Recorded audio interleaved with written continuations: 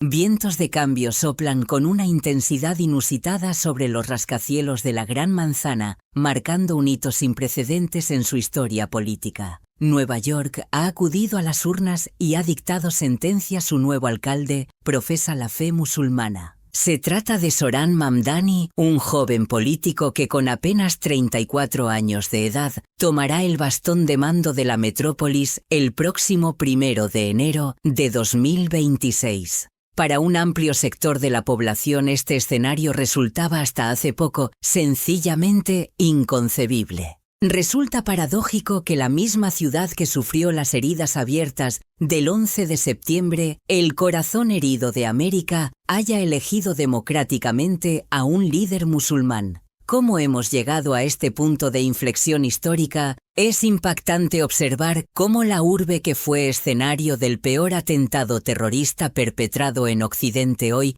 deposita su confianza en un dirigente de esa misma confesión, mientras las estampas de miles de fieles realizando sus oraciones públicas en pleno Times Square se han convertido en una postal habitual. Asistimos a una metamorfosis total y absoluta de la identidad cultural de la ciudad.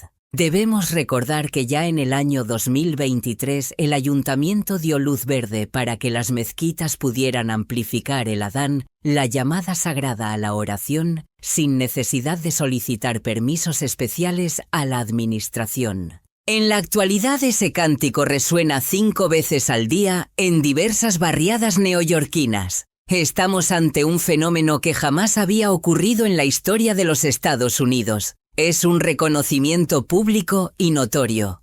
Se trata de una validación oficial, un sonido que antes resultaba ajeno y exótico y que hoy se ha integrado, convirtiéndose en parte indivisible de la banda sonora cotidiana de la ciudad que nunca duerme.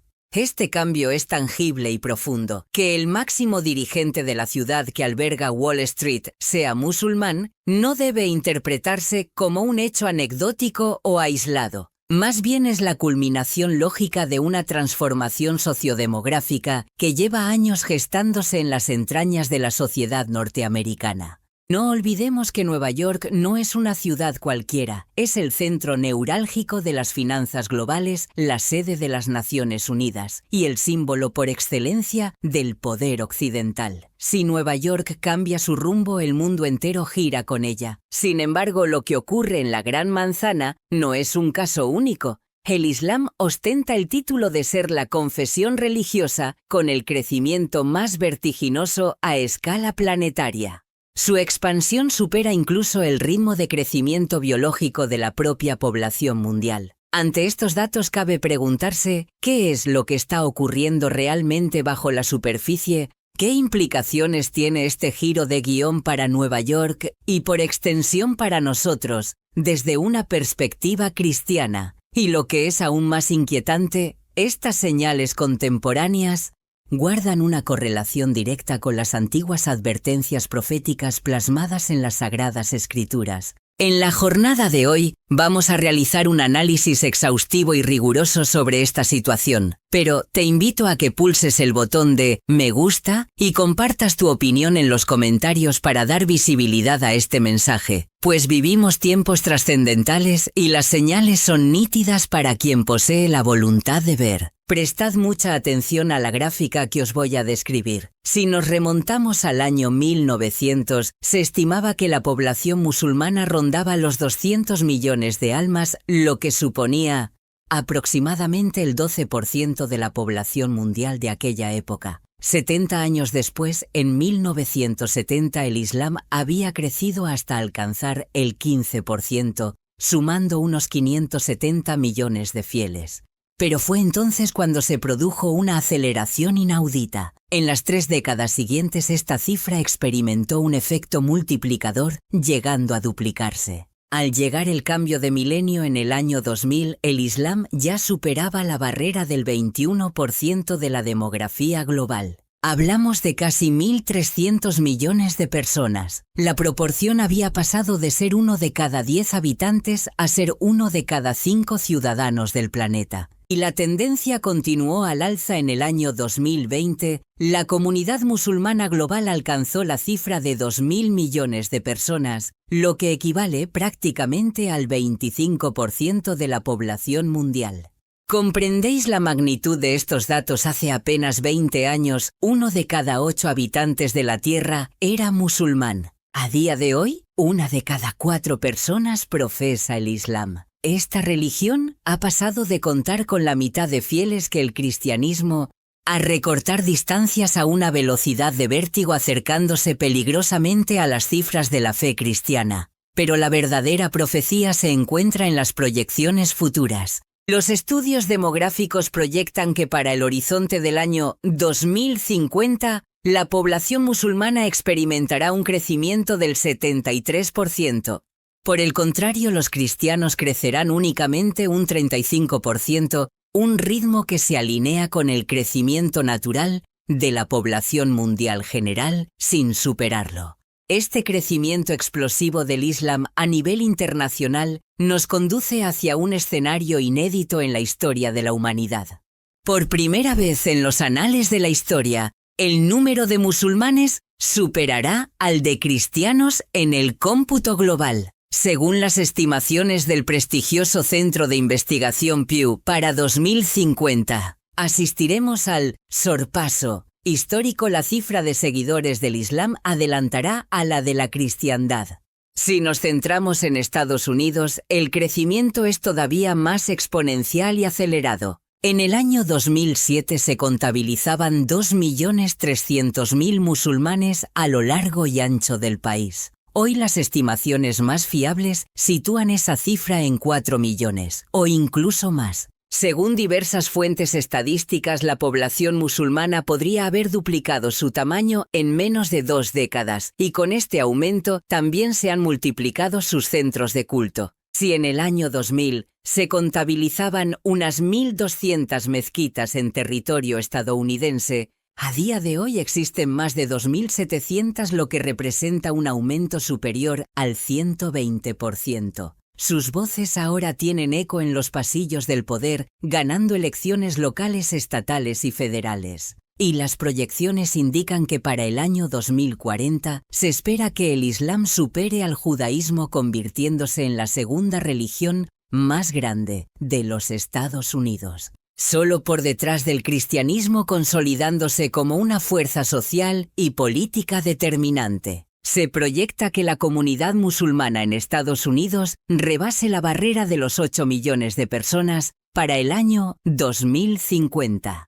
No obstante, existe un lugar concreto, un punto geográfico donde esta señal brilla con más fuerza y potencia que en ningún otro sitio: la gran metrópolis Nueva York. La ciudad de Nueva York acaba de cruzar una línea roja, un umbral que aparece reflejado en las escrituras. Pero antes de desvelarte de qué se trata, es crucial que entiendas la verdadera magnitud de este cambio estructural. Fíjate bien en los datos. El último censo fiable de la población musulmana en Nueva York data del año 2016, hace ya casi una década, y ya por aquel entonces los números resultaban absolutamente impactantes para los sociólogos. Casi el 10% de la ciudad profesaba la fe musulmana, es decir, 1 de cada 10 neoyorquinos. Esta ciudad por sí sola albergaba a más de 1,5 millones de fieles. Esto supone la mayor concentración islámica de todo el continente americano, con un 22% del total nacional residiendo en sus calles. Estamos ante un fenómeno que redefine por completo la identidad de la capital del mundo moderno.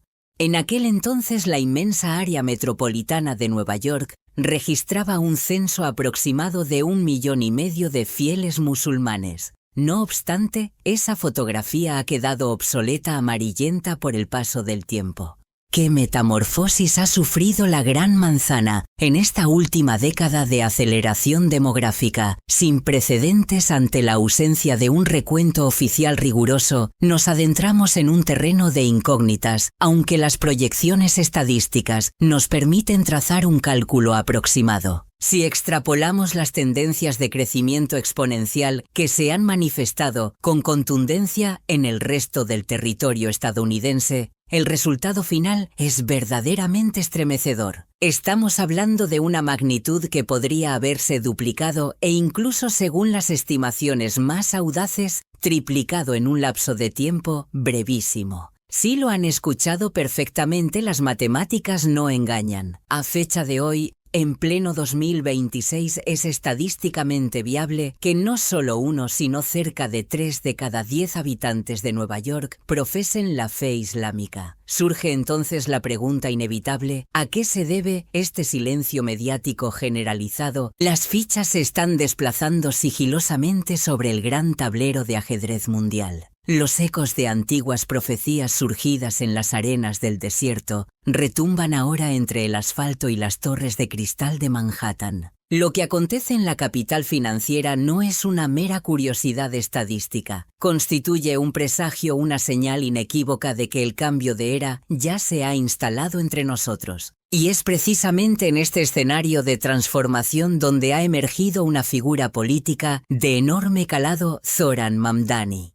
Reflexionemos con detenimiento sobre las implicaciones. ¿Qué sucederá el día en que asuma el bastón de mando como alcalde? Piénsenlo. Se interpretaría sin duda alguna como una victoria colosal para el islamismo político. Hablamos de la toma estratégica de la metrópoli más influyente de todo Occidente. Para ponerlo en perspectiva, ¿podrían ustedes imaginar siquiera remotamente a un líder cristiano gobernando la sagrada ciudad de la Meca? Sería una auténtica quimera, algo totalmente impensable, dado que ni siquiera se permite el acceso a la ciudad a quienes no profesan la fe. Sin embargo, aquí en las democracias occidentales las puertas permanecen abiertas de par en par. Mamdani ha sabido leer los tiempos, se le reconoce ya como el primer político de la era digital, un auténtico influenciador en la gestión pública de Nueva York. Domina plataformas como TikTok con maestría, estableciendo una conexión directa y visceral con los votantes más jóvenes. Su discurso cala hondo en una generación desencantada que clama por transformaciones radicales en el sistema.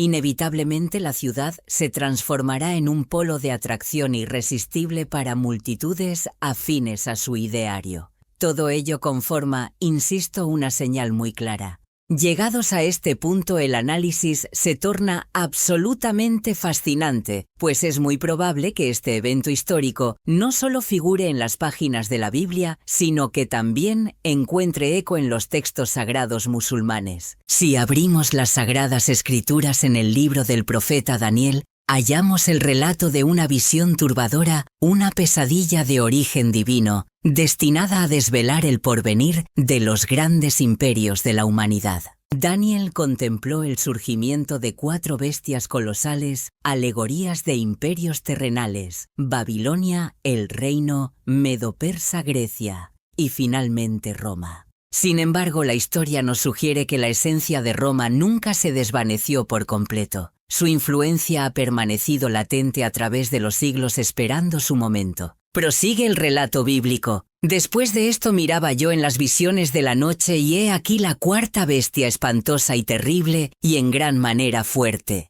Los exégetas coinciden en que Roma encarnaba a esa 4ª bestia, la cual poseía una característica singular y aterradora: 10 cuernos. Esta simbología de los 10 cuernos apunta hacia una futura confederación, una alianza de 10 naciones encargadas de revivir el poder hegemónico romano. No son pocos los analistas que ven un paralelismo claro con la actual estructura de la Unión Europea. Pero entonces la visión de Daniel se torna aún más inquietante. Mientras contemplaba los cuernos, observó cómo otro cuerno pequeño brotaba entre ellos. Este cuerno pequeño posee una naturaleza distinta, tiene ojos como de ser humano y una boca que profiere grandes arrogancias.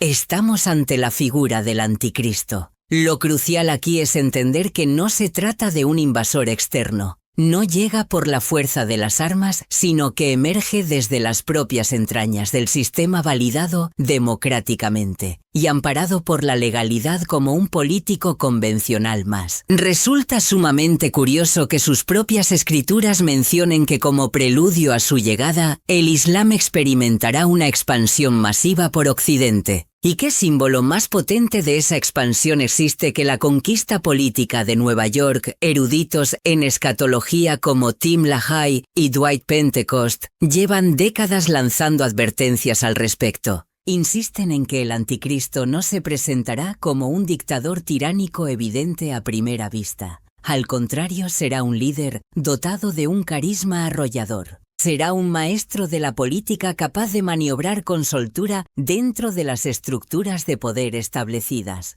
Olviden la imagen del enemigo que asedia las murallas con ejércitos lejanos. La profecía es tajante al afirmar que surgió entre ellos naciendo desde el interior de la propia sociedad que pretende gobernar. Empleará con fluidez el lenguaje de la democracia moderna, abanderará los derechos humanos y la cooperación internacional. Su discurso estará repleto de palabras como paz, inclusión y fraternidad universal. Su oratoria resonará con una similitud pasmosa a la de figuras como Zohran Mamdani. Y no debemos olvidar que Nueva York ocupa un lugar especial para el pueblo de Dios. Históricamente, la ciudad ha albergado una población judía superior a la de Tel Aviv, considerándose la urbe más judía fuera de las fronteras de Israel. Sin embargo, esa realidad está cambiando a una velocidad de vértigo. El capítulo 17 del Apocalipsis describe a Babilonia la Grande, una ciudad que encarna el poder comercial y cultural del globo, un lugar donde convergen infinidad de lenguas y naciones. ¿Les evoca esta descripción algún lugar conocido? Piénsenlo detenidamente. ¿Dónde se ubica el corazón financiero del planeta? La respuesta es Wall Street. ¿Dónde se encuentra el centro de la diplomacia global? En las Naciones Unidas. Y el epicentro cultural en Broadway y Times Square. Nueva York no es una urbe cualquiera. Es la ciudad con mayúsculas, el símbolo indiscutible de la civilización occidental. Nueva York se perfila como la Babilonia moderna, la gran metrópoli del Apocalipsis que ejerce su reinado sobre los reyes de la tierra. Jesús pronunció unas palabras perturbadoras recogidas en el Evangelio de Lucas, capítulo 21. Jerusalén será hollada por los gentiles hasta que los tiempos de los gentiles se cumplan. Aquí es donde hallamos la conexión profética fundamental. Nueva York es el epicentro de este fenómeno. Lo que hemos estado analizando no son simples anécdotas ni opiniones infundadas, son datos empíricos.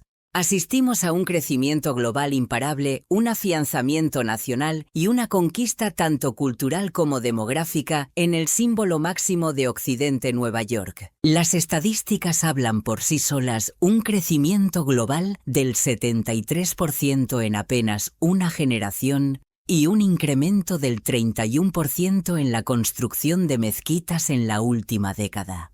Estamos ante una transformación estructural profunda. En la actual Nueva York, la llamada a la oración resuena ya de manera oficial por sus avenidas y miles de fieles se postran en el corazón mismo de Times Square. El cambio es un hecho innegable. Si el Islam logra posicionar a sus líderes en las ciudades clave de Occidente mientras el viejo continente se reorganiza en nuevos bloques de poder, estaremos presenciando cómo toma forma el escenario final. El profeta Daniel profetizó sobre un tiempo en el que se levantaría un reino diferente a todos los anteriores, un poder con la intención de cambiar los tiempos y la ley establecida. ¿Les resulta conocido ese sonido? Pues atención, porque el paisaje sonoro de Nueva York ha cambiado radicalmente. La llamada al rezo islámico ya es totalmente legal en sus calles. El ritmo frenético de la ciudad que nunca duerme ahora se acompasa con los horarios sagrados del Islam, marcando un nuevo y sorprendente pulso en la metrópolis. Y es justo en este punto donde las antiguas profecías bíblicas cobran un matiz político mucho más inquietante. Daniel nos habla de un escenario donde caen 3 reyes de una coalición de 10. Ojo al dato: 3 líderes sometidos que no conquistados militarmente, sino derribados. Esto huele a alta política, a presiones económicas asfixiantes y maniobras de despacho. No estamos ante un bárbaro conquistador, sino ante un estratega de mente privilegiada capaz de anular a la oposición sin mancharse las manos de sangre ni parecer el agresor ante la opinión pública. Pero un momento, detengámonos a pensar. ¿Y si llevamos siglos mirando el mapa al revés? ¿Y si nuestro enfoque geográfico ha sido erróneo todo este tiempo? La inmensa mayoría de los expertos y teólogos han rastreado incesantemente a esta figura en el viejo continente esperando un resurgir del Imperio Romano en suelo europeo. Se ha señalado insistentemente a la Unión Europea con sus 27 miembros actuales como la cantera de donde saldría ese núcleo duro de 10 naciones, esa confederación final bíblica. Sin embargo, hay un detalle histórico fundamental a menudo ignorado por la historiografía oficial que desmonta por completo esa teoría eurocéntrica y la contradice. Cuando el Imperio Romano de Occidente colapsó oficialmente en el año 476 después de Cristo, el concepto imperial no se esfumó simplemente en el aire. La división administrativa se había producido mucho antes. Mientras la mitad occidental se desmoronaba, la parte oriental mantuvo la antorcha encendida durante 1000 años más. El Imperio de Occidente con Roma a la cabeza se vino abajo, cierto. Pero el Imperio Romano de Oriente, el bizantino, resistió un milenio más gobernando desde su inexpugnable capital Constantinopla. Presten mucha atención a lo que viene ahora, porque este dato es la clave de bóveda de todo el asunto. Ese Imperio Romano de Oriente dominaba con mano de hierro lo que hoy denominamos Oriente Próximo y Medio. Hablamos de Turquía, Siria, Irak, Jordania, Egipto. Todo ese vasto territorio fue romano durante un milenio. Entonces, ¿qué implicaciones tiene esto para la profecía bíblica? El profeta Daniel dejó escrito literalmente: el pueblo de un príncipe que ha de venir destruirá la ciudad y el santuario. Una sentencia aterradora. Todos creemos saber quién ejecutó esa sentencia. Fueron las legiones romanas, las que redujeron Jerusalén a cenizas en el año 70 de nuestra era. Y ahí es donde el análisis suele quedarse corto. Damos por hecho que esos legionarios eran latinos italianos, gente venida de la propia Europa. Pero la historia documentada por el mismísimo Tácito, cronista romano por excelencia, nos revela una realidad demográfica muy distinta a la que imaginábamos.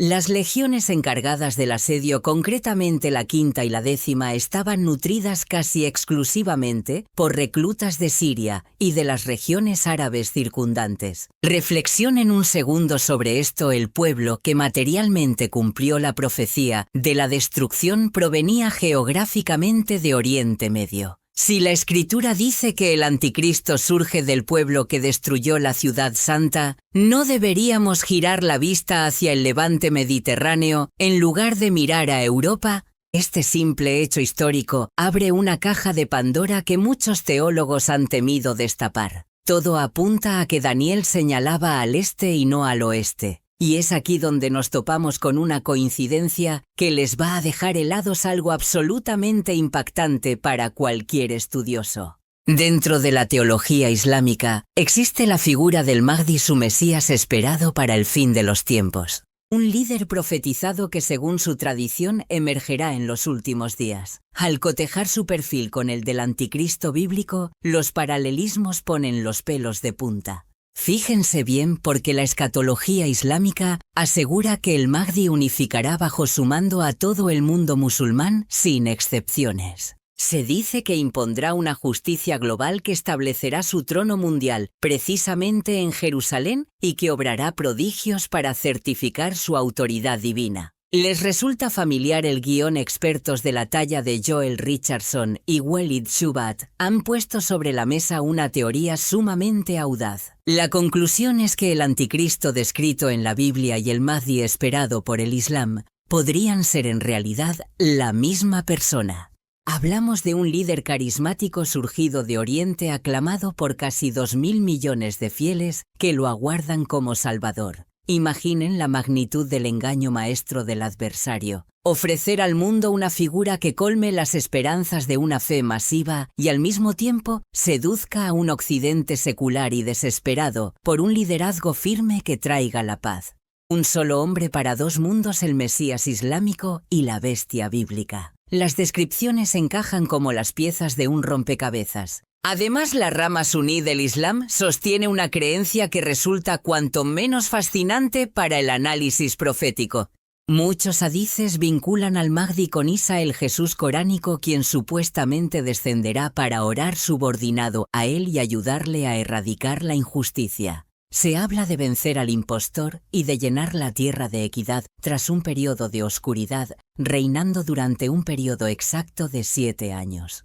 Este cronómetro profético podría haberse activado ya coincidiendo con la toma de posesión del primer líder musulmán en Nueva York este 1 de enero de 2026. El capítulo 13 del Apocalipsis describe una bestia que emerge del mar. Y en la profecía el mar siempre simboliza naciones, pueblos y multitudes agitadas. Las cifras son abrumadoras. Cada día 3.000 personas abrazan la fe islámica solamente en los Estados Unidos de América. En Europa los datos son aún más contundentes. Miren esta evolución: en 1990 apenas había 10 mezquitas en Nueva York. Hoy superan las 300. La población musulmana se ha disparado de 100.000 a casi 1 millón en apenas 3 décadas, protagonizando el crecimiento religioso más veloz en la historia de la urbe. Resulta paradójico que la ciudad más castigada por el terrorismo yihadista se haya convertido con el tiempo en el mayor refugio musulmán de toda América. El 11 de septiembre lo cambió todo para siempre. Al caer las Torres Gemelas, se derrumbó también la confianza de una nación entera. Tras los trágicos atentados, el ambiente en la ciudad se volvió irrespirable y abiertamente hostil hacia la comunidad musulmana. Agresiones callejeras, miradas cargadas de sospecha. Incluso en 2002 el gobierno federal impuso medidas drásticas obligando a los varones inmigrantes de 24 naciones específicas a registrarse. Una normativa gubernamental obligó a los ciudadanos procedentes de naciones de mayoría islámica a fichar oficialmente y someterse a interrogatorios exhaustivos por parte de las autoridades de control fronterizo y migración. Esta estricta medida desató una ola de pánico generalizado y una profunda incertidumbre en distritos neoyorquinos tan emblemáticos y poblados como el barrio de Brooklyn. Se calcula que en una cifra alarmante hasta 20.000 musulmanes abandonaron precipitadamente el distrito de Brooklyn durante aquellos años críticos, ya fuese regresando a sus países de origen o trasladándose a zonas que percibían como refugios más seguros ante el temor constante a las redadas masivas, las detenciones arbitrarias y las deportaciones forzosas. No obstante, tras aquel periodo oscuro de éxodo y dispersión, sobrevino un fenómeno sociológico que muy pocos analistas fueron capaces de prever en sus informes. Lo que siguió fue una etapa de reconstrucción, una densificación demográfica sin precedentes y una visibilidad pública mucho mayor, pero conforme se fue disipando la histeria colectiva de los primeros años.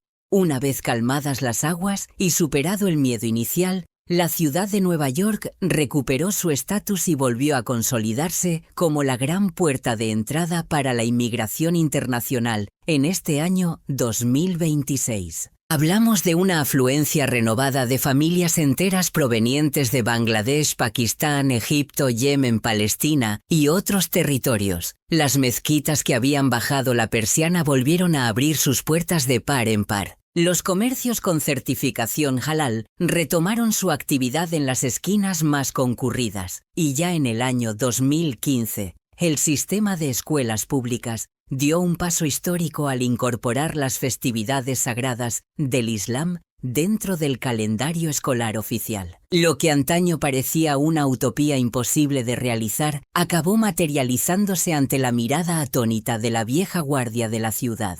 La diáspora musulmana posterior al 11 de septiembre no solo regresó con más fuerza, sino que se multiplicó exponencialmente y echó unas raíces mucho más profundas en el tejido social. Sin embargo, la narrativa no concluye aquí, pues emerge una interrogante inquietante. ¿Acaso este crecimiento demográfico imparable proviene únicamente de los barcos que atracan en el puerto y de los aviones que aterrizan en el JFK?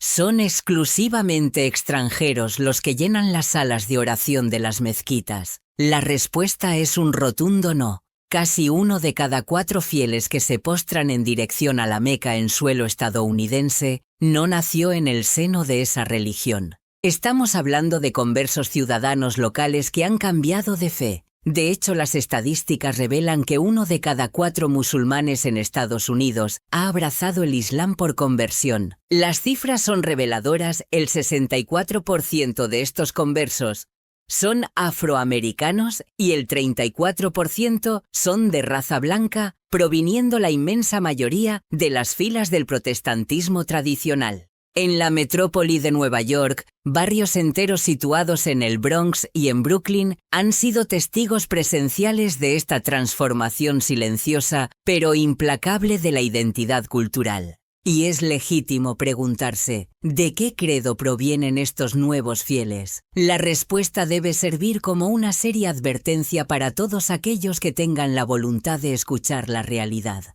La gran mayoría está apostatando, abandonando la fe de Cristo. Lo que estamos presenciando en Nueva York no es tanto la fortaleza intrínseca del Islam, sino el síntoma de algo más grave. Se trata de la debilidad espiritual de Occidente, un gigante con pies de barro que ha decidido olvidar a su Dios y en consecuencia abre sus murallas para que entren otras divinidades y se impongan otras leyes ajenas a su tradición. Es la gran ironía histórica de nuestro tiempo. Estados Unidos, una nación fundada por cristianos que huían de la persecución religiosa en el viejo continente. Ahora, esa misma nación abraza voluntariamente y sin reservas un sistema teológico que en 57 países del mundo prohíbe terminantemente la conversión al cristianismo bajo penas severas. Habrá quienes argumenten el mantra habitual de que el Islam es paz, pero os invito a preguntarles a los cristianos que malviven en Nigeria, en Pakistán o en Egipto.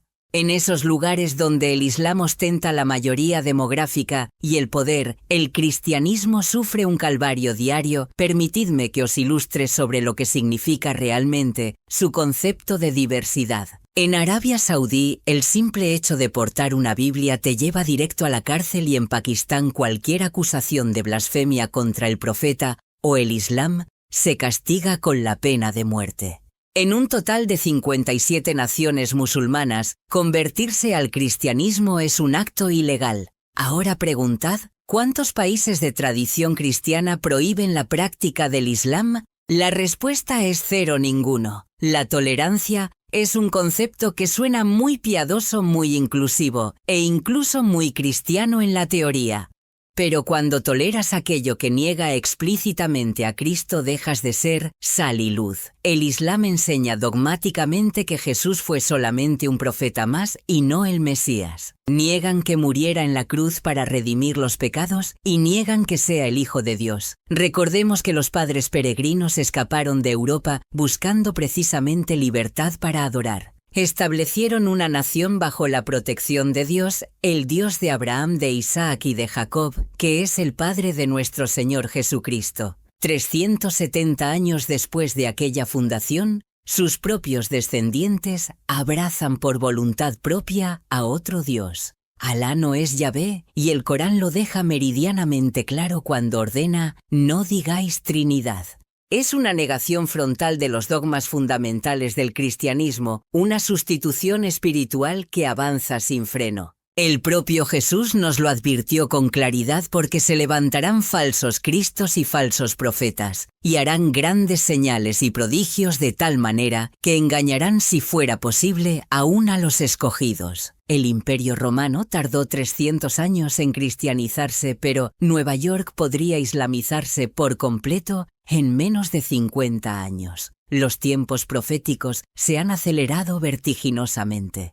Las señales están ahí fuera para quien tenga ojos para verlas. El profeta Daniel mencionó un detalle intrigante sobre la figura del anticristo: no hará caso del Dios de sus padres ni del amor de las mujeres. Curiosamente, y esto es un dato a tener en cuenta, el Islam permite tener hasta 4 esposas simultáneamente, pero restringe con severidad el rol y la libertad de la mujer en la sociedad.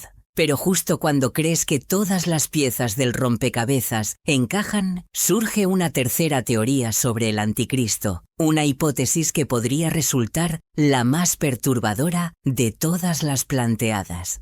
Porque, ¿y si el gran engaño final no está diseñado únicamente para confundir a los cristianos y a los musulmanes de todo el mundo? ¿Y si el objetivo principal de esta gran mentira es en realidad el propio pueblo elegido de Dios, Israel? Existe una antigua tradición exegética basada en escrituras misteriosas. Se trata de unos textos que hablan sobre la tribu perdida de Dan, una teoría que apunta hacia una línea de sangre específicamente judía y maldita. ¿Y si el anticristo no es de origen europeo ni tampoco árabe? ¿Y si para ejecutar el engaño definitivo y supremo emerge del seno del propio pueblo judío? Abrid vuestras Biblias en el libro del Apocalipsis capítulo 7, donde San Juan enumera a los 144.000 siervos de Dios sellados para su protección divina. Se mencionan las 12 tribus elegidas de Israel durante los tiempos del fin. Contad conmigo los nombres que aparecen en el texto sagrado. Judá, Rubén, Gad, Aser, Neftalí, Manasés, Simeón, Leví, Isaacar, Zabulón, José y Benjamín. Pero deteneos un instante y leed la lista con lupa. Falta un nombre crucial, una tribu entera. Ha sido borrada deliberadamente de la protección de Dios. ¿Dónde está la tribu de Dan? Dan no aparece por ninguna parte. No se trata de un error de transcripción ni de un olvido del copista, es una omisión totalmente intencionada. Un silencio atronador que grita desde las páginas de la profecía y nos fuerza a plantearnos una duda terrible. ¿Qué crimen cometió la tribu de Dan para ser excluida de forma tan tajante del sello protector de Dios? En el relato del Apocalipsis, el indicio fundamental no debemos buscarlo en los tiempos venideros, señoras y señores, sino que nos obliga a retroceder hasta los albores mismos de la antigüedad israelita. Trasladémonos al origen de todo, concretamente al capítulo 49 del Génesis, donde el patriarca Jacob, en su lecho de muerte, convoca a sus 12 vástagos para revelarles el destino que les aguarda. Sin embargo, al alcanzar el turno de Dan, las sentencias pronunciadas por el padre provocan un auténtico estremecimiento en la sala. Se vaticina que Dan actuará como una serpiente junto al camino, una víbora traicionera, en la vereda que ataca los talones del caballo, provocando la caída de su jinete, una clara alusión al ofidio del jardín del Edén. Pero analicemos el simbolismo en las Sagradas Escrituras. El reptil encarna por excelencia la figura del gran embaucador, el adversario supremo, la viva imagen de Satanás. Jacob vislumbró una negrura insondable en el porvenir de su propia descendencia, y manteniendo presente este inquietante oráculo, debemos avanzar. Surge entonces un interrogante de calado mayúsculo. ¿De qué manera se transformó Dan en esa víbora traidora? ¿Y hasta qué punto se materializó esta visión catastrófica? Las crónicas históricas de Israel nos brindan la resolución al enigma, desvelando una realidad mucho más siniestra de lo que cualquiera podría haber sospechado.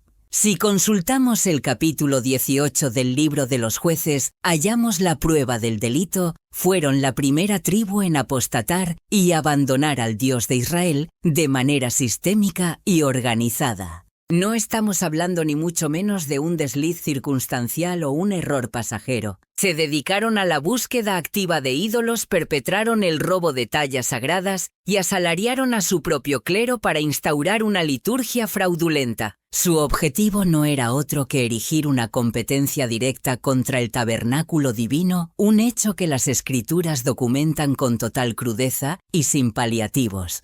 El texto relata cómo los descendientes de Dan alzaron la imagen esculpida, perpetuando un sacerdocio ilegítimo dentro de la tribu hasta el amargo día del exilio de la tierra.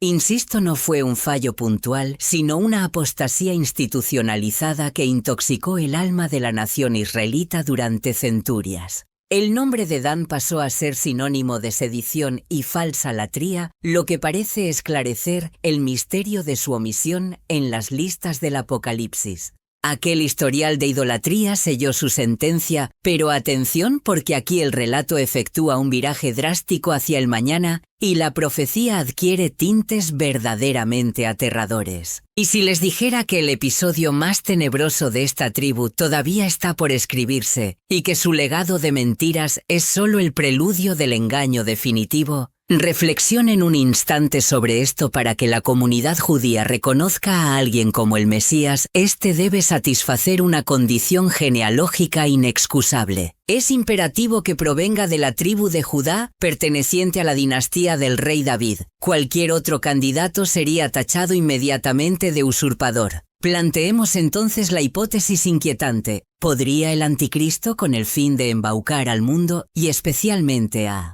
Israel, ostentar un linaje hebreo legítimo, pero no de la estirpe real de Judá, sino de la rama apóstata de Dan? No se equivoquen, no estamos ante una conspiración moderna, sino ante una advertencia histórica que ya señalaban los padres de la Iglesia primitiva.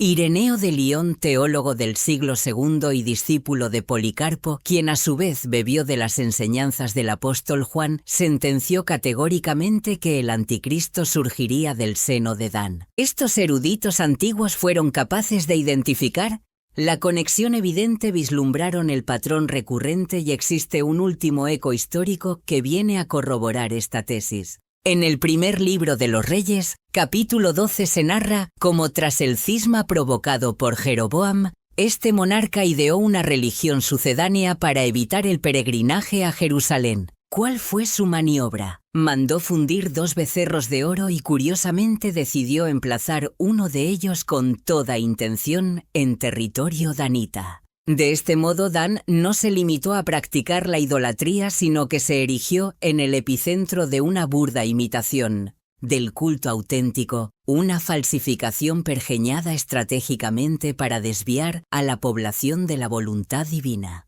Ahora encajen las piezas la serpiente, la idolatría y el fraude religioso. Llegados a este punto, la cuestión final resulta absolutamente insoslayable. ¿Es posible que la misma tribu responsable de introducir el primer gran ídolo en la historia de Israel sea la encargada de presentarnos en el ocaso de los tiempos al ídolo definitivo? ¿Cabría la posibilidad de que ese hombre al que el mundo aclamará como Salvador en 2026 o más allá sea en realidad la serpiente del Génesis nacida de la tribu olvidada? Y atención, porque entramos en el terreno más inquietante del análisis. Siempre hemos teorizado sobre un anticristo europeo dotado de vasto poder político. También se ha especulado con un líder surgido de Oriente Medio con autoridad religiosa. Pero, ¿qué ocurriría si la amenaza brotase del interior de la propia comunidad judía? Si apareciese con credenciales mesiánicas irrefutables, el engaño no se limitaría a Israel, sino que arrastraría también a una inmensa multitud de cristianos confundidos. Analícenlo con lógica fría. El anticristo no puede surgir de la nada y autoproclamarse líder global sin más avales. Requiere credenciales sólidas, necesita una legitimidad cimentada en 3 pilares fundamentales: la influencia política europea, la autoridad religiosa islámica y la tradición mesiánica judía. Parece una quimera, pero ¿y si no tuviéramos que elegir? ¿Y si las 3 vertientes conformaran una única y terrible verdad? Visualicen por un instante el siguiente escenario. Una figura que aúne todas las facetas: el dominio político del viejo continente, el respeto religioso de Oriente Próximo y, lo más crucial, un linaje hebreo que legitime su reclamo al trono de David. Es precisamente en este punto donde todas las piezas de este complejo rompecabezas comienzan a encajar. Y la imagen resultante les dejará atónitos, pues todo gravita en torno al mayor fraude de la historia, la conquista del alma de Israel. Y así arribamos al nudo gordiano del asunto. ¿Qué artimañas empleará para que el pueblo judío lo abrace como su Mesías? No se trata de un simple acto de ilusionismo, sino de la culminación de 2 milenios de tensa espera. Es la promesa seductora que podría elevar a Israel a la cúspide del orden mundial. Pero para comprender la eficacia letal de esta trampa, antes es imperativo desentrañar qué es exactamente lo que la nación judía lleva siglos anhelando con desesperación. La expectación es máxima, pero la comunidad ultraortodoxa no va a dar su brazo a torcer con cualquier candidato que aparezca. Su Mesías debe superar una auditoría teológica implacable con requisitos innegociables grabados a fuego por la Torá y los profetas. En primera instancia, el aspirante debe acreditar sus credenciales genealógicas sin margen de error. La pertenencia a la tribu de Judá es una condición sine qua non. No estamos ante una simple recomendación, sino ante un mandato de ley divina. En el libro del Génesis se sentencia: no será quitado el cetro de Judá, ni el legislador de entre sus pies hasta que venga Silo, y a él se congregarán los pueblos. Si el candidato no presenta este pedigrí de Judá, queda automáticamente descartado. No hay debate posible al respecto. En segundo lugar, se exige una línea de sucesión directa que conecte con el rey David. El profeta Isaías fue tajante en su descripción: saldrá una vara del tronco de Isaí y un vástago retoñará de sus raíces. Recordemos que Isaí fue el progenitor del rey David. Por tanto, la legitimidad dinástica es un requisito indispensable. Tercero, y esto cobra una relevancia vital en la geopolítica de 2026, debe levantar de nuevo el templo de Jerusalén y reactivar el sistema de sacrificios. Fue el profeta Ezequiel quien dejó constancia de esta promesa solemne. Y estableceré con ellos un pacto de paz que será una alianza perpetua. Los asentaré, multiplicaré su demografía y colocaré mi santuario en medio de ellos para la eternidad. Y como cuarto pilar, debe traer una paz integral a Israel y consolidar a Jerusalén como el epicentro de la gobernanza mundial. Tal como profetizó Isaías, juzgará entre las naciones, y éstas fundirán sus espadas para convertirlas en rejas de arado, y sus lanzas en hoces. Se acabará el alzar la espada nación contra nación y se suspenderá definitivamente el adiestramiento para la guerra.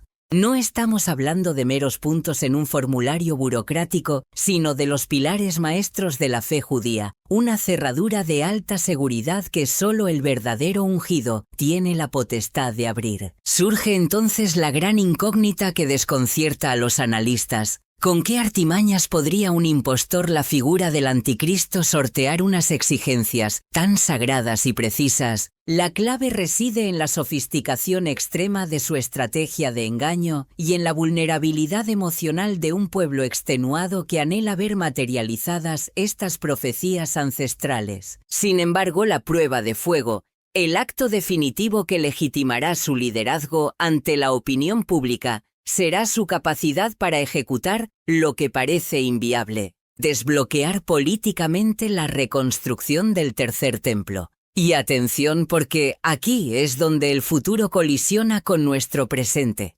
Esto ha dejado de ser una teoría teológica abstracta. En este preciso instante, mientras lees estas líneas desde Jerusalén, en pleno año 2026, instituciones como el Instituto del Templo ya tienen los planos arquitectónicos finalizados, los utensilios sagrados manufacturados y al clero levita totalmente instruido. Toda la escenografía está montada al detalle, tan solo falta que haga su entrada el actor principal de esta trama. ¿Es usted consciente de que ahora mismo hay equipos en Israel ultimando hasta el más mínimo detalle logístico para levantar el santuario en Jerusalén? No es ciencia ficción, es la realidad sobre el terreno. Mientras la atención de los medios occidentales se dispersa en otros focos, el verdadero cronómetro de la historia avanza inexorablemente en Oriente Próximo, concretamente en Jerusalén. Allí, bajo un manto de discreción, las piezas de un rompecabezas de 2000 años están encajando a la perfección.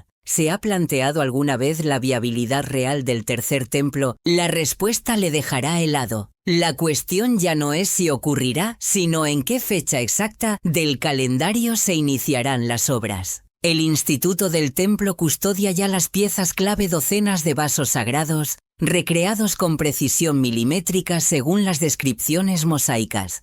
Incluso las vestiduras sacerdotales se han tejido hilo a hilo siguiendo los estrictos dictados del Éxodo 28. Además, mediante rastreo genealógico, han identificado a los descendientes de la tribu de Leví, los únicos autorizados por la ley bíblica para oficiar el culto. Pero el dato más inquietante es el biológico: han logrado criar novillas rojas inmaculadas. Parece un detalle menor, pero es el detonante nuclear de la profecía. Sin las cenizas de una novilla roja perfecta, tal como estipula el libro de Números, la purificación ritual es imposible. Y sin dicha purificación, el templo no puede operar. Pues bien, esos animales ya existen. Todo el operativo está en stand-by. Los trazados de arquitectura e ingeniería están visados. Organizaciones como Ateret Kohanim llevan décadas ejecutando una estrategia inmobiliaria de hormiga,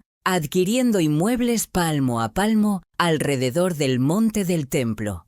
Están consolidando un cinturón de seguridad judío en torno al kilómetro cuadrado más conflictivo del planeta. Tienen la ingeniería, los cálculos y cada piedra diseñada.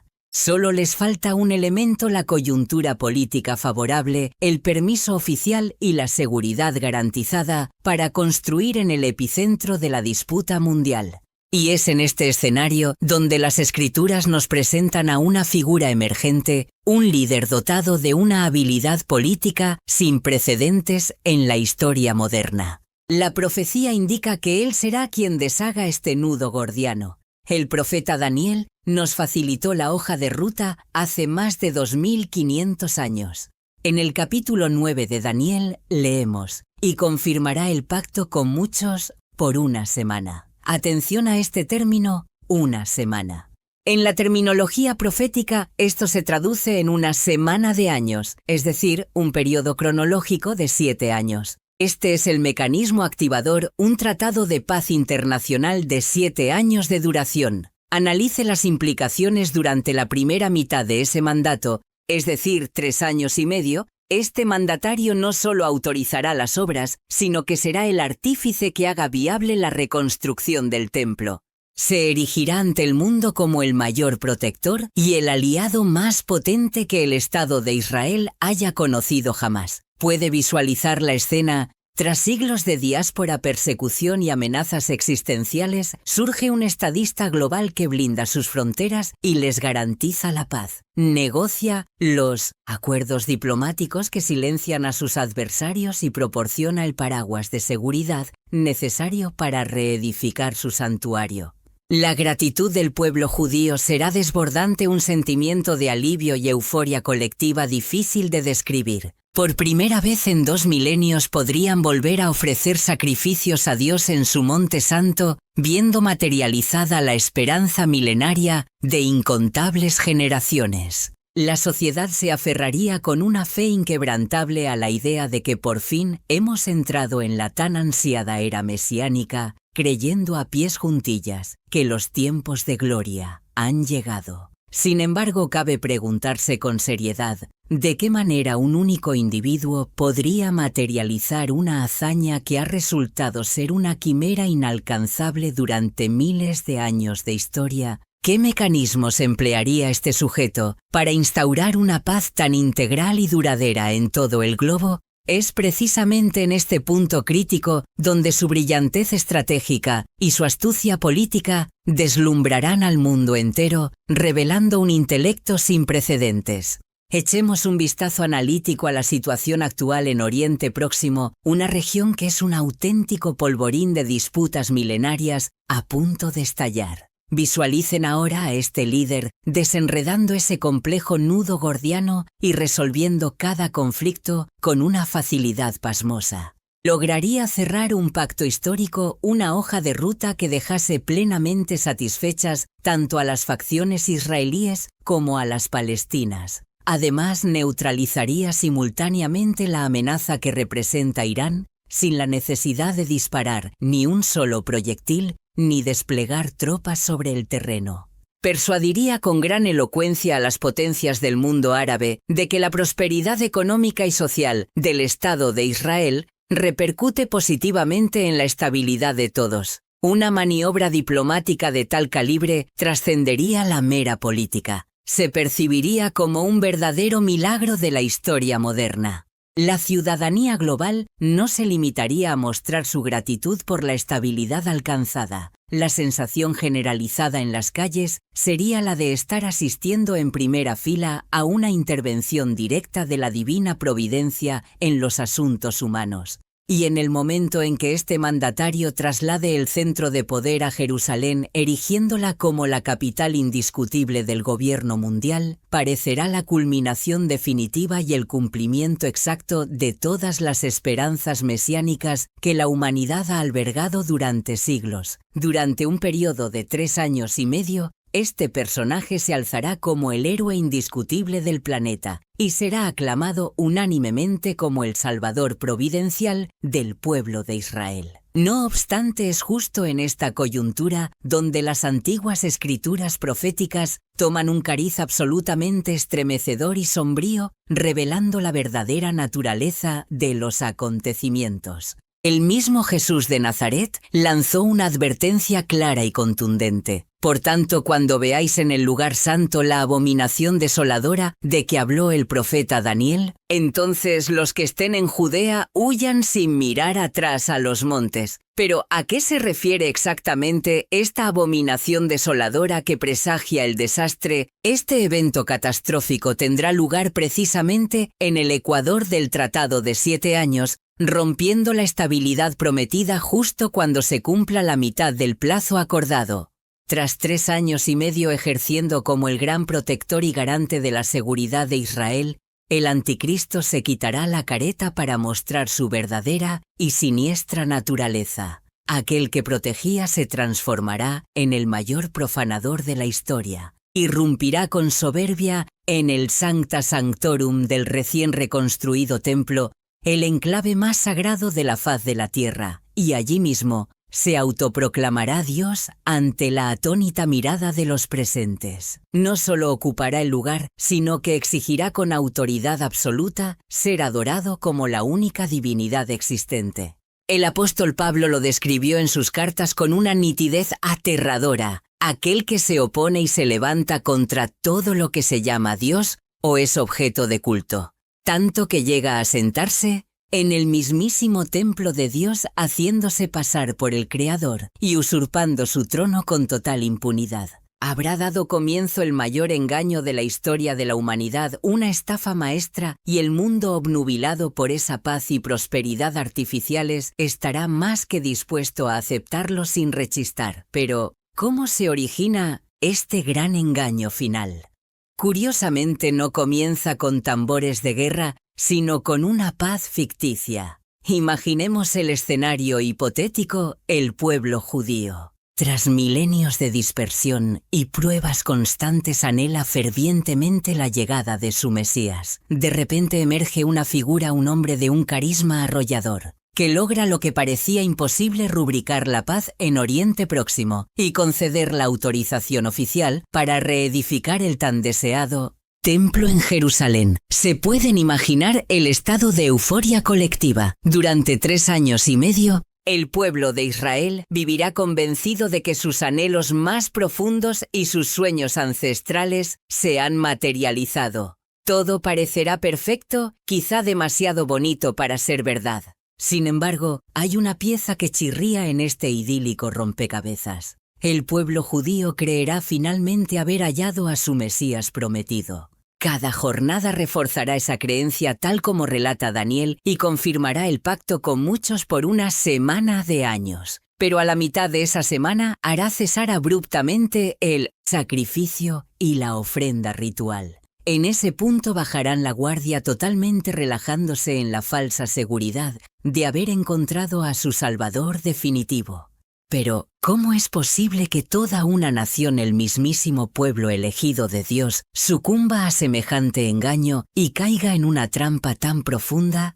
Cada día que el templo permanezca en pie, cada sacrificio ofrecido en el altar y cada festividad celebrada apuntalará la creencia de que este hombre es verdaderamente el Mesías esperado. La gran decepción se está edificando sobre unos cimientos que en apariencia son totalmente divinos. El templo se levantará siguiendo al milímetro las especificaciones bíblicas y los sacrificios se restaurarán escrupulosamente según la ley de Moisés. La paz, tal como profetizó Isaías en los textos sagrados, parecerá una realidad tangible y palpable para todos. Todo parecerá cumplir los vaticinios a la perfección hasta que ya no haya vuelta atrás. Este hombre, al que identificamos como el anticristo, no se limitará a ser su protector político, se inmiscuirá en su vida religiosa fingiendo ser el más devoto de todos los creyentes. El mismo artífice de la reconstrucción del templo, el que trajo la concordia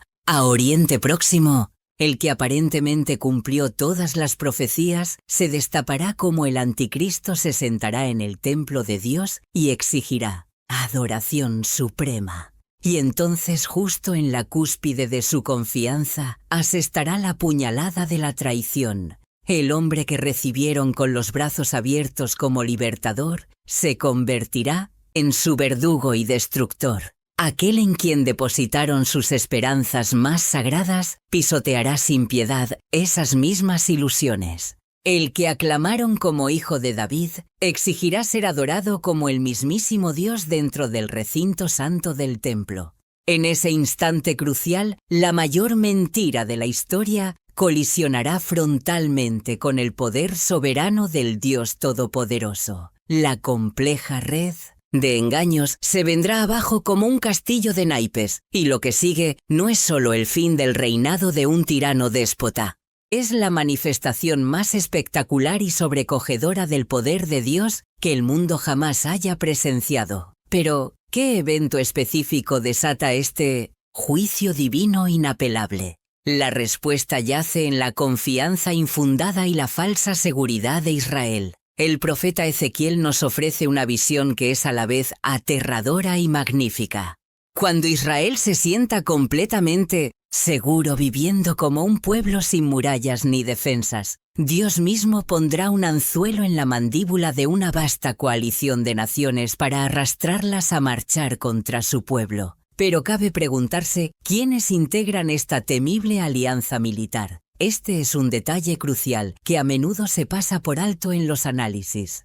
Presten mucha atención a este boletín urgente, pues las antiguas escrituras de Ezequiel resuenan hoy con una claridad estremecedora. Hijo de hombre, dirige tu mirada firme hacia Gog en las tierras de Magog, el gran príncipe soberano de Mesec y Tubal, y lanza tu profecía contra él sin titubear. Te forzaré a dar media vuelta, engancharé garfios de acero en tus mandíbulas y te arrastraré fuera de tu guarida junto a todo tu inmenso ejército. Caballos y jinetes, una multitud equipada para la guerra, acompañados por Persia, Cus y Fut.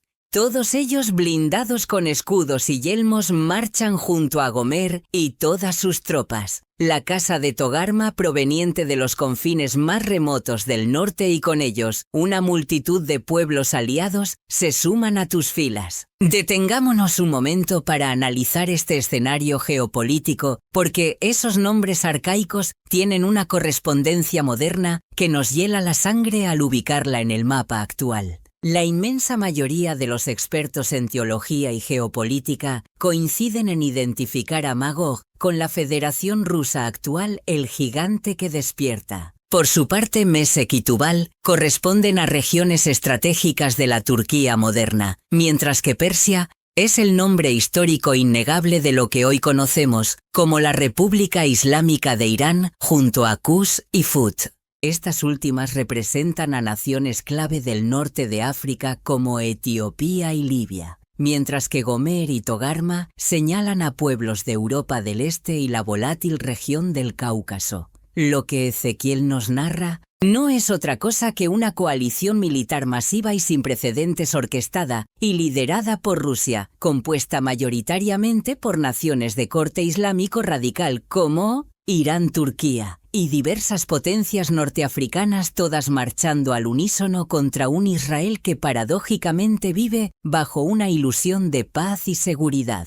Es así como los círculos de la historia se cierran ante nuestros ojos en este año 2026. Los disturbios y cambios políticos que observamos hoy en urbes globales, como Nueva York, y las alianzas que se tejen en la sombra del escenario mundial, no son casualidades aisladas. Son las piezas de ajedrez que se desplazan lentamente sobre el tablero profético internacional, preparando el terreno para ese día final y decisivo, donde las mentiras fabricadas por el hombre colisionarán con la verdad absoluta e inmutable del Creador. Permítanme compartir un dato histórico que resulta verdaderamente fascinante y revelador. Cuando el profeta Ezequiel redactó estas visiones hace aproximadamente 2600 años, estas naciones no tenían relación alguna. De hecho, muchas eran enemigas acérrimas entre sí. Sin embargo, en el panorama actual de 2026, somos testigos por primera vez en la historia de cómo esta configuración exacta cobra vida y forma una alianza estratégica. El pegamento que une a esta extraña coalición va más allá de lo político. Es una cuestión profundamente espiritual. Observen lo que ocurre en Nueva York, los giros en las normativas religiosas y la influencia cada vez mayor del islamismo político en Occidente. Todo este entramado podría ser sin lugar a dudas parte fundamental del escenario que las profecías anticiparon hace milenios.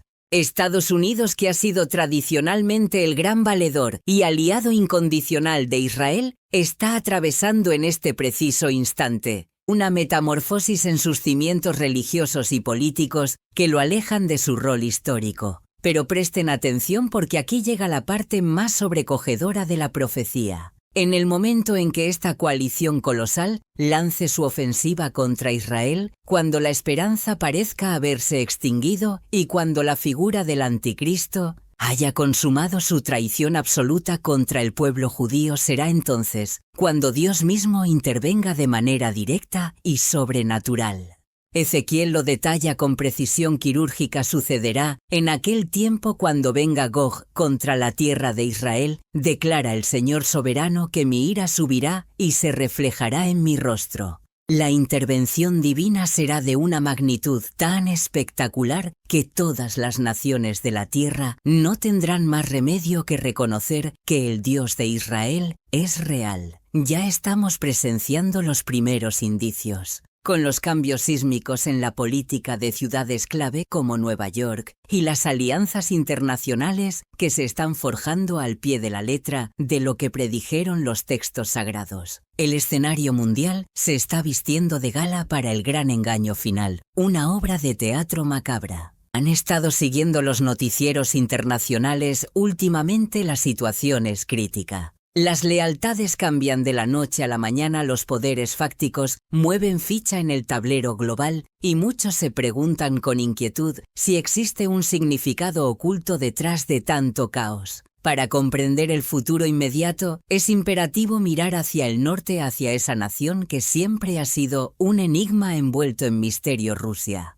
Pero surge la gran incógnita: ¿por qué Rusia, una nación de raíces cristianas ortodoxas, encabezaría una coalición de naciones islámicas en el fin de los tiempos? La respuesta a este interrogante se encuentra sepultada en un rencor antiguo y profundo. Rusia, el Magog bíblico, nunca ha logrado encajar del todo en el rompecabezas mundial, ni con un Occidente que la observa con recelo y sanciones, ni con un Oriente Medio que desconfía de sus verdaderas ambiciones imperiales. Son europeos, pero jamás han sido aceptados plenamente como tales. Son cristianos, pero mantienen una pugna constante y secular con el cristianismo occidental. Este momento histórico en pleno 2026 es su gran oportunidad de oro. Ven un vacío de poder dejado por Occidente y se lanzan decididos a ocuparlo, fortaleciendo sus vínculos con Irán y otros socios. Hablamos de ventas masivas de armamento, alianzas energéticas cruciales y pactos estratégicos que redefinen el equilibrio de poder.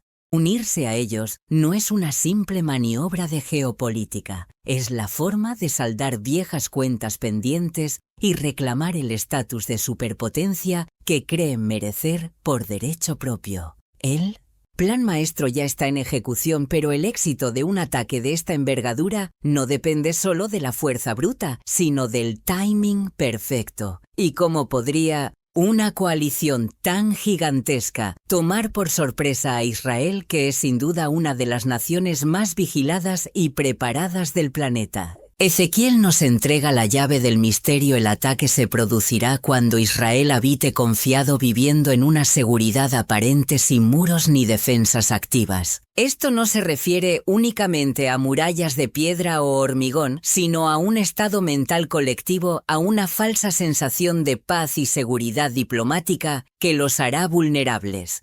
Cuando esta avalancha humana se ponga en marcha, olviden el concepto de guerra convencional. Esto será un asalto total y devastador. Desde el norte descenderán las fuerzas rusas y turcas como una tormenta. Desde el este avanzarán los ejércitos de Irán y desde el sur las tropas africanas cerrarán el cerco. No estamos hablando de un simple ejército, sino de una marea imparable de fuerzas militares convergiendo con un único y siniestro propósito. Están convencidos de que el momento es perfecto y su plan infalible, pero es justo ahí donde los designios de los hombres chocarán violentamente contra la soberanía inquebrantable de Dios. Aquí es donde las potencias militares más formidables del planeta se topan con una realidad aterradora: el alto precio de desafiar al Hacedor Supremo en el campo de batalla. Las escrituras bíblicas no dejan lugar a dudas ni ambigüedades sobre el desenlace. Prestad mucha atención a lo que relata el capítulo 38 del libro de Ezequiel. Y sucederá en esa fecha señalada, cuando la figura de Gog avance implacable contra el territorio de Israel, declara el Señor soberano, que mi indignación subirá de nivel de forma incontrolable. La ira divina estallará con fuerza, pues he hablado desde el fuego de mi celo. Os aseguro que en aquel día la tierra de Israel sufrirá un sismo de proporciones verdaderamente bíblicas. No quedará ser vivo indiferente ante el estruendo: los peces que habitan los mares, las aves que surcan los cielos, las bestias del campo y hasta el último reptil que se arrastra por el suelo. La humanidad entera, cada hombre sobre la superficie terrestre, temblará ante mi inmensa presencia. Las cordilleras se vendrán abajo, los precipicios colapsarán, y no quedará muro que no sea reducido a escombros. Y a lo largo y ancho de todas mis montañas convocaré a la espada para que actúe contra él, sentencia el Señor Dios, con autoridad absoluta sobre los elementos. El caos será total en las filas enemigas, la espada de cada soldado se volverá contra su propio camarada, y entraré en juicio contra él mediante pestilencias mortales y sangre. Haré caer sobre él, sobre sus batallones y sobre las numerosas naciones aliadas que le acompañan en esta ofensiva, una lluvia torrencial absolutamente devastadora. Será un bombardeo celestial implacable con piedras de granizo gigantescas, fuego abrasador y azufre ardiente consumiendo sus posiciones. De esta manera mostraré mi grandeza y mi santidad inigualables, revelándome ante la mirada atónita de multitud de naciones, para que reconozcan finalmente que yo soy Jehová. Dios no actúa como un general humano. Él no responde desplegando divisiones blindadas, sino con un terremoto tan violento y profundo que llega a desestabilizar el eje del planeta. Las montañas se desmoronan como castillos de arena, los acantilados se parten en dos y cada defensa se pulveriza. En medio de este cataclismo sobrenatural, el pánico absoluto secuestra la mente de los invasores. La profecía es explícita y escalofriante: la espada de cada cual se volverá contra su hermano. Intentad visualizar esa escena dantesca por un segundo. Imaginad a las tropas rusas, presas de la confusión y el terror absoluto, abriendo fuego indiscriminado contra sus propios aliados iraníes en medio del caos. Esa gran coalición internacional que marchaba confiada para borrar a Israel del mapa acaba aniquilándose a sí misma. Y esto, señores, es solo el principio de la pesadilla para ellos. A continuación llega la pestilencia, enfermedades de origen inexplicable, barren los campamentos militares causando bajas masivas entre soldados que creían estar librando una guerra convencional. Y por si fuera poco el desastre en tierra, el Todopoderoso desencadena lo que podríamos calificar como una guerra meteorológica de alta intensidad. Lluvias torrenciales, granizo del tamaño de bloques de hormigón y finalmente fuego y azufre cayendo del cielo. ¿Os resulta familiar esta descripción histórica? Es un eco directo de la legendaria aniquilación de Sodoma y Gomorra, pero amplificado esta vez para cubrir la extensión de ejércitos enteros. ¿Cuál es el saldo final de este enfrentamiento contra el Omnipotente? La profecía no escatima en detalles crudos y nos ofrece las cifras concretas en el capítulo 39 de Ezequiel. Te haré dar media vuelta y solo dejaré con vida a la sexta parte de ti. Reflexionad sobre esto de la mayor fuerza invasora jamás reunida en la historia, solo 1 de cada 6 hombres logra sobrevivir. Las 5/6 partes restantes son totalmente erradicadas, y no por misiles balísticos ni tanques, sino por la intervención directa y visible de la mano de Dios. Y en esa jornada fatídica, tal como recogen las Sagradas Escrituras, el mundo entero tendrá la certeza absoluta y sin lugar a dudas de quién ostenta el verdadero poder.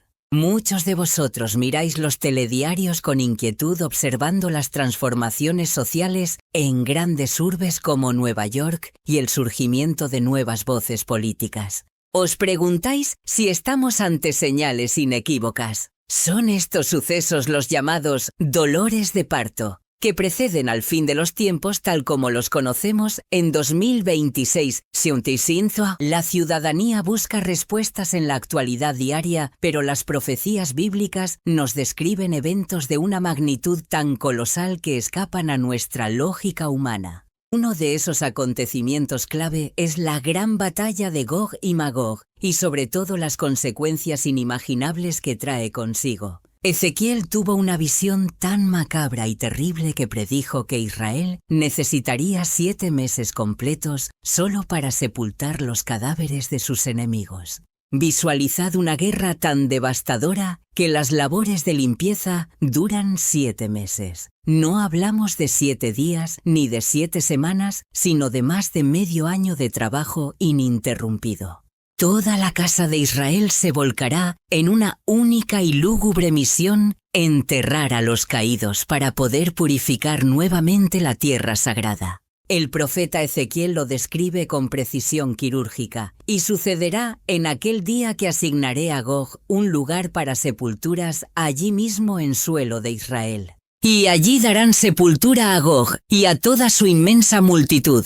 Y durante 7 meses el pueblo de Israel estará enterrándolos para limpiar el territorio de la muerte. Deteneos a pensarlo un momento. Esto no se parece en nada a la posguerra de un conflicto militar convencional que hayamos visto en los libros de historia. Es el desenlace de un juicio divino severo, una destrucción sobrenatural que borra del mapa a millones de soldados de diversas nacionalidades. La escala es sencillamente inimaginable.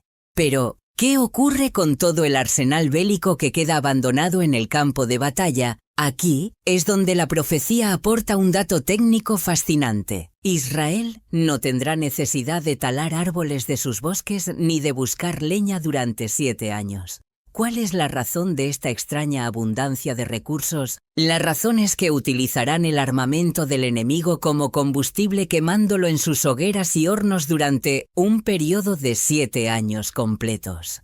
Porque prenderán fuego a las armas y despojarán a quienes intentaron despojarlos y saquearán a quienes vinieron a robarles, afirma contundente el Señor Dios. ¿Comprendéis la magnitud logística de esto? Estamos hablando de suficiente equipo militar acumulado para suministrar energía a toda una nación moderna. Durante 7 años ininterrumpidos, un país entero obtendrá sus recursos energéticos reciclando los restos calcinados de un ejército invasor fallido. Resulta curioso destacar que en el antiguo Israel, el llamado Valle de los Viajeros, que menciona Ezequiel, se ubicaba en una zona estratégica muy concreta.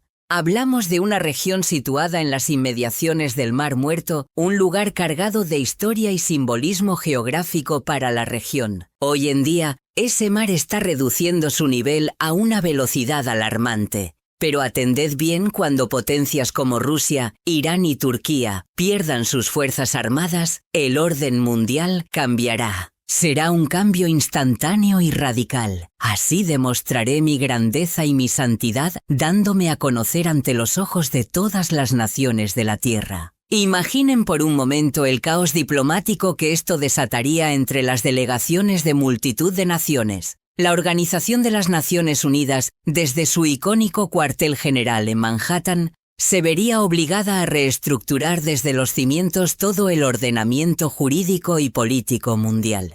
Ante un escenario donde potencias como la Federación Rusa o la República Islámica de Irán, junto con sus coaliciones militares, desaparecen del tablero, surge la gran incógnita. ¿Quién asumirá el control para llenar ese inmenso vacío de poder hegemónico? Las antiguas escrituras del profeta Daniel nos ofrecen una pista verdaderamente perturbadora. El texto sagrado nos advierte que este nuevo líder mundial plantará los pabellones de su palacio real estratégicamente entre los mares, situándose en el Monte Santo y Glorioso. Estamos hablando de Jerusalén como el epicentro de un engaño global definitivo. Tenían conocimiento de que allá por el año 1947, coincidiendo exactamente con el renacimiento de Israel como Estado moderno, fue precisamente la ONU la que votó la partición de Palestina desde sus oficinas en Nueva York. Aquella misma ciudad que con sus resoluciones determinó el destino político de Jerusalén en el siglo XX, podría estar preparándose para intervenir nuevamente. Sin embargo, el horizonte nos muestra algo mucho más siniestro que una simple votación diplomática. Una vez que el viejo orden mundial haya quedado reducido a escombros, veremos emerger una nueva autoridad, un poder centralizado que unificará al planeta bajo el mando férreo de un último gobernante supremo. Es en esa coyuntura crítica cuando, tal y como relata con detalle el libro del Apocalipsis, se manifiestan espíritus de demonios con una misión muy específica: salir al encuentro de los jefes de Estado y monarcas de todo el orbe. No son meras influencias políticas, hablamos de entidades espirituales malignas que realizan prodigios y señales sobrenaturales para convencer a los reyes de la tierra. Pero ¿cuál es el verdadero objetivo de esta macabra cumbre internacional? El objetivo es conducirlos hacia el Armagedón. El texto bíblico es claro al afirmar que los congregó en el lugar que en lengua hebrea se llama Armagedón, el escenario predestinado para la madre de todas las batallas. Cada remanente de fuerza militar que aún opere sobre la faz del planeta será convocado para un último y suicida acto de sedición contra el Creador.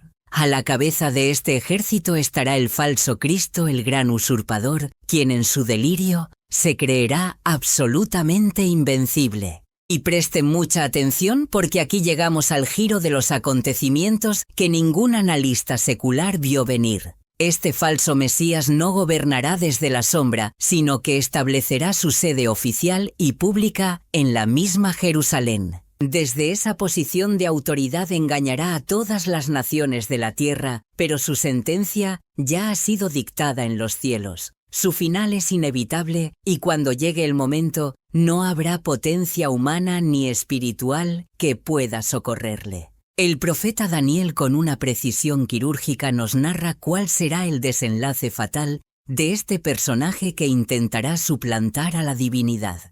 Aunque logre plantar las tiendas de su palacio entre los mares en el Monte Santo y Glorioso, desafiando al cielo, llegará a su fin de manera abrupta y se encontrará totalmente desamparado. No habrá quien le ayude. Justo en su momento de máxima soberbia, cuando crea tener el control absoluto, se hallará completamente solo y aislado. Pero la pregunta clave es, ¿cómo se ejecuta su derrota? ¿Será mediante una guerra de desgaste convencional? ¿O quizás a través de una revolución popular? La respuesta bíblica es mucho más rápida y sobrecogedora de lo que imaginamos. El Apocalipsis nos dibuja la escena con una claridad pasmosa. Allí estarán la bestia, el falso profeta y la totalidad de los ejércitos mundiales, alineados y preparados en formación de combate para desafiar al Todopoderoso. Y entonces el cielo mismo se abre de par en par. Y vi a la bestia, a los reyes de la tierra y a sus ejércitos reunidos con la intención de hacer la guerra contra aquel que montaba el caballo blanco. La confrontación es directa contra el jinete celestial y contra su ejército santo en un choque de dimensiones cósmicas. Cristo hace su entrada triunfal montado en un caballo blanco y curiosamente porta una sola arma, la espada que sale de su boca, que simboliza su palabra divina. Con ella aniquila al mayor contingente militar jamás reunido en la historia. El final del gran engañador es fulminante e inmediato. El texto nos dice que la bestia fue apresada y junto a ella el falso profeta que había realizado las señales engañosas. El juicio es sumario, ambos fueron lanzados vivos sin pasar por la muerte natural a un lago de fuego que arde con azufre. No hay tribunal, no hay apelación posible. Son arrojados directamente a la condenación eterna. Este evento marca el colapso definitivo de la mayor mentira orquestada en la historia de la humanidad. Es el instante preciso en que la verdad absoluta pulveriza a la mentira. Es el momento cumbre en que el Rey de Reyes y Señor de Señores reclama su trono legítimo para gobernar las naciones de la tierra con vara de justicia por los siglos de los siglos. Esta visión no es exclusiva del Nuevo Testamento. El profeta Daniel también lo anticipó al ver una piedra no cortada por mano humana que impactaba y desmenuzaba a todos estos reinos terrenales. Esa piedra angular es Cristo mismo, y al final de los tiempos toda rodilla sin excepción se doblará ante su presencia, incluso en las altivas calles de Nueva York. Ante este panorama, ¿cuál debe ser nuestra postura? Hoy las Sagradas Escrituras no nos incitan al pánico ni al miedo paralizante. Al contrario, nos hacen un llamado urgente a la acción. Lo primero es despertar del letargo. El cambio de paradigma no es algo futuro, ya lo tenemos encima en este año 2026. Las estadísticas son frías y no mienten mientras vemos cómo las mezquitas amplían su influencia y las iglesias cierran sus puertas. Necesitamos discernimiento espiritual y por eso es vital que compartas esta información.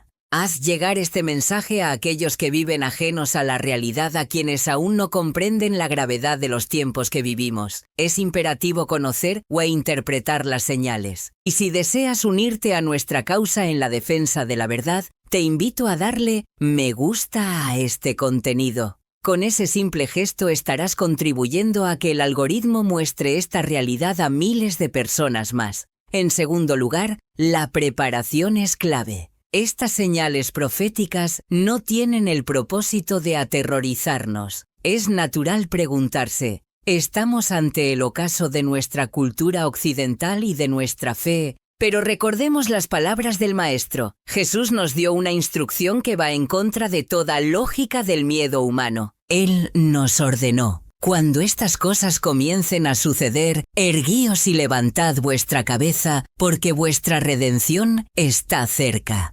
Todo esto no es un síntoma de nuestra derrota final, sino el preludio de su victoria inminente. No es tiempo de amilanarse ni esconderse, sino de levantar la mirada con esperanza. Y en tercer lugar, debemos pasar a la acción. Miremos el ejemplo de nuestros primeros hermanos en la fe, aquellos que desafiaron al imperio más poderoso de la antigüedad, Roma. Fueron objeto de falsas acusaciones, sufrieron persecución atroz y maltrato sistemático, y sin embargo lograron conquistar el corazón mismo de aquel imperio pagano. Y lo más sorprendente es que no lograron esa hazaña mediante el uso de ejércitos ni levantamientos armados.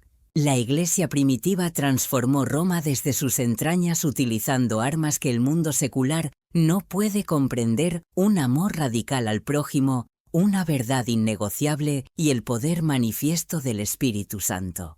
Ese es exactamente nuestro llamado hoy, ya sea en Nueva York, en Madrid o en cualquier rincón del planeta: ser la sal de la tierra y la luz del mundo hasta el regreso de Cristo. Pero queda una interrogante teológica de gran calado que seguramente os ronda la cabeza. ¿Por qué permite Dios todo esto si Él es soberano absoluto? Si Dios es quien quita y pone reyes a su voluntad, ¿cuál es el propósito divino al permitir la existencia y expansión del Islam? ¿Por qué el Dios de Israel permitiría el surgimiento de una fuerza tan colosal que niega la divinidad de su Hijo y que hoy en pleno siglo XXI rodea a su pueblo y avanza sobre Occidente? Muchos cometen el error de pensar que se trata de un simple accidente histórico, pero están profundamente equivocados en su análisis. Lo que estamos presenciando en ciudades como Nueva York no es fruto del azar. Existen 3 razones teológicas y específicas por las cuales la providencia divina permitió el nacimiento y auge del Islam. Atención a este boletín especial. Hoy desvelamos 3 claves geopolíticas y teológicas fundamentales que posicionan a esta creencia como el eslabón perdido necesario para descifrar el inminente desenlace de los tiempos actuales. A menudo la opinión pública occidental reduce el Islam a una simple estadística religiosa, pero las escrituras bíblicas advierten que estamos ante el cumplimiento estricto de una promesa ancestral. Se trata de un pacto ineludible realizado con el patriarca Abraham, que la sociedad moderna no puede ignorar. La historia nos habla de 2 vástagos, 2 juramentos divinos y 2 linajes históricos diferenciados. Estas 2 fuerzas antagónicas están abocadas, según apuntan las profecías, a colisionar violentamente en lo que se perfila como la última gran contienda de la humanidad. El ascenso del Islam no es un accidente de la historia, se permitió deliberadamente como la pieza maestra de una estrategia de confusión global que ya está plenamente activa en este año 2026. Para identificar con pruebas quién se oculta tras la máscara del falso profeta y comprender por qué Jerusalén es el centro de gravedad del conflicto, es urgente que examinen este informe. La cuestión crítica es: ¿por qué la divinidad autorizó la expansión del mundo islámico? Hemos realizado nuestro análisis más exhaustivo y riguroso hasta la fecha, pues las respuestas a este enigma político-religioso reside en los textos sagrados. Toda la información está codificada ahí con precisión, desde el origen y la permisividad del nacimiento del Islam hasta la crónica anunciada de su caída final en el escenario mundial. Pulsen ahora mismo en el enlace que aparece en sus pantallas para acceder al reportaje íntegro y destapar la verdad silenciada tras los titulares.